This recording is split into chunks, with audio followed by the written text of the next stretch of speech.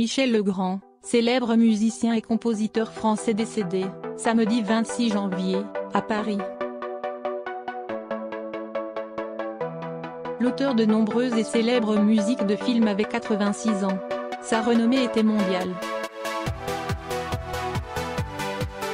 On le voyait encore à 80 ans s'étonner, s'émerveiller de la vie comme s'il avait 12 ans, a expliqué le compositeur Vladimir Cosma, samedi sur France Info.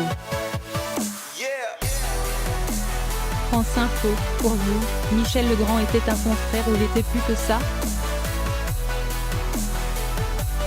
Vladimir Cosma, c'était beaucoup plus qu'un confrère, c'était une sorte de père spirituel, un mentor.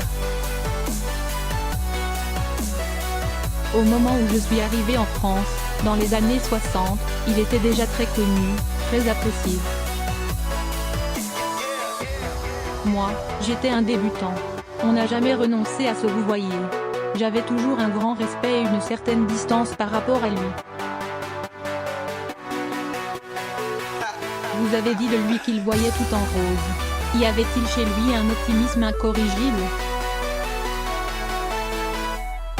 C'était un personnage comme un enfant prodige. On le voyait encore à 80 ans s'étonner, s'émerveiller de la vie comme s'il avait 12 ans.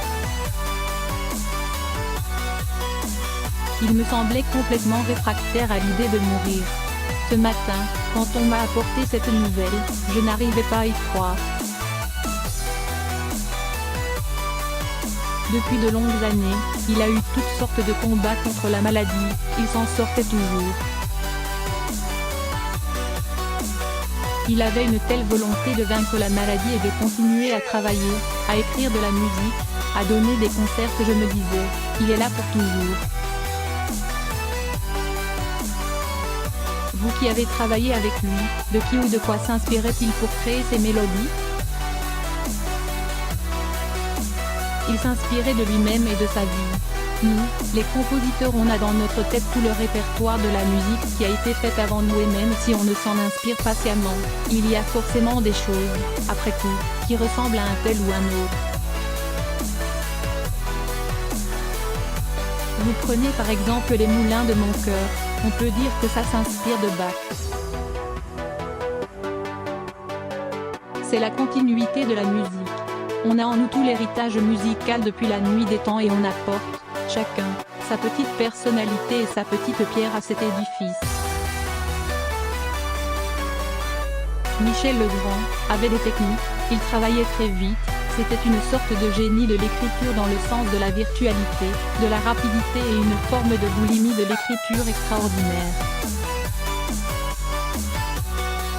D'ailleurs on se mettait à travailler tous les deux à 17 h pour un film qui devait être prêt le lendemain.